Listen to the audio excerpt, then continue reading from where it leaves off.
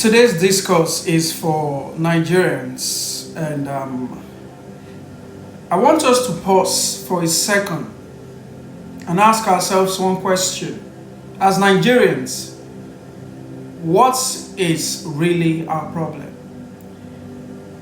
Let's have a one-on-one talk as regards this election. It has come and it has gone. And as usual, the outcome is not a surprise to those of us who understand the terrain of the politics in Nigeria. But if there's one thing I want us to take home, it is to reiterate that there is always unity whenever politicians come together. And there's always division whenever the masses comes together. One thing this election has shown to us is these guys are not actually intelligent. Nigerians are just stupid or foolish, including myself, because whenever I use some terms, I like involving myself because I am a Nigerian. And whatever happens, even though sometimes we tend to lie to ourselves and push the problem to Nigerians, we're actually talking to ourselves. That was why I said, let's discuss. Do you notice how this election went? Do you notice the trend? Do you notice the victories? It's not a shock. It's a certainty. And for those of you who are blaming the APC government today, I want you to understand that any government in power would have had the same result. You see, it's time we start taking our time, because one thing I can assure you is, in this world, from the study and research I've made as a person, the group of people who have so much time in their hands are Nigerians.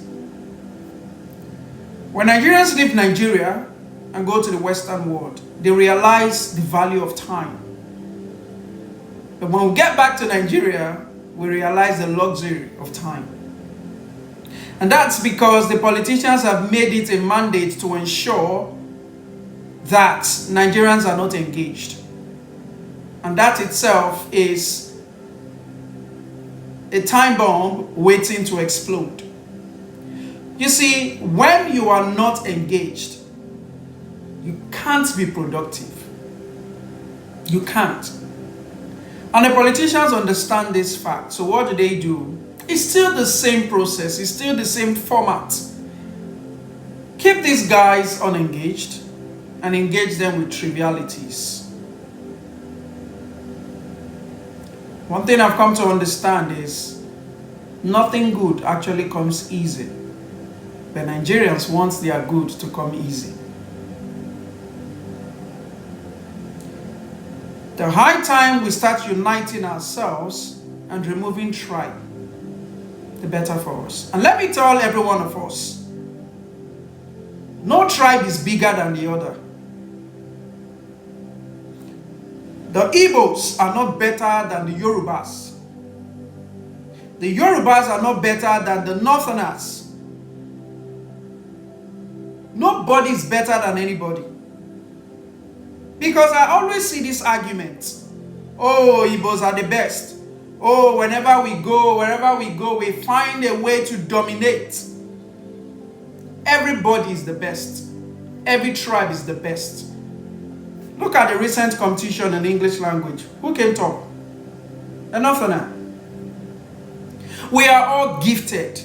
Our lands are blessed. Nobody is better than anybody. We are all equal. The only problem I think is disturbing us is the system of government we are running. It is the system made for the politicians by the politicians to ensure that only the elites benefit while the masses contribute to the benefits of the elites. I've said this over and over again. No one person can fix Nigeria. No one person. But there's one thing I believe in. because I've sat back to look at this. You see, this issue of federal allocation, it's destroying us. And it's something we need to put an end to. It is. It promotes laziness. And that's why you see that the governors of the states are very lazy. There's only one person who is powerful in Nigeria, and that's the president. When he speaks, everybody listens. Whoever you are, wherever unit you might find yourself tomorrow, be it in the judiciary, be it in the legislative arm of government, the president has the final say. And that's why we use this sentence: the buck stops at the president's desk. And that's why you see we have governors today who are mere political jobbers. I've said this thing time and time again. We beautify impunity. Oh, they said he just embezzled 1 billion. He stole 1 billion. He's a thief. Let's call it what it is. So what do? Keep us so engaged to hustle to feed our stomach and kill our dreams. And this is a mentality that binds Nigeria wherever we are. Nigerians in Nigeria might think that those of the Nigerians who had the opportunity to escape and go to the Western world are actually better. It's a lie. I live amongst them, so I can tell you they are worse than you guys. Going out of Nigeria does not actually make you wise. Your integration is what makes you wise. If I tell you how Nigerians in the Western world reason, I don't look up to them for any breakthrough. It's the same system, the system of oppression. So what they do is they come to the Western world not to develop themselves and see how they can give back to the community. Rather, they are in the Western world to accrue so much so that when they get back to Nigeria, they are being celebrated the same way the president is stealing from the masses of the same way. The only difference is we are coming here to hustle, gather money, go back to Nigeria, let them know we have arrived. Country does not grow that way. I want us to sit back and look at this Western world we are running to. Study their system and you will understand better.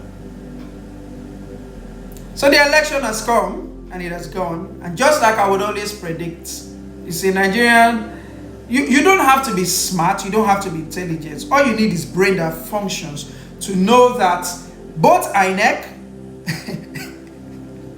and every other parastatal that was engaged in this election answers alone to the man who put them in power. Why? There is no institution that they report to. The only institution we have in Nigeria is the institution of the presidency, where every other sector reports to. So it is who the president say he wants that gets into power. So what would they do? Okay, let's give PDP one, give ADC one, so it doesn't look as if, we swallowed everything. So that when they ask, we say, after all, you want this now? The same way they did to the 2023 election. So that when people ask, Obi won massively in the East. And he also won in Lagos.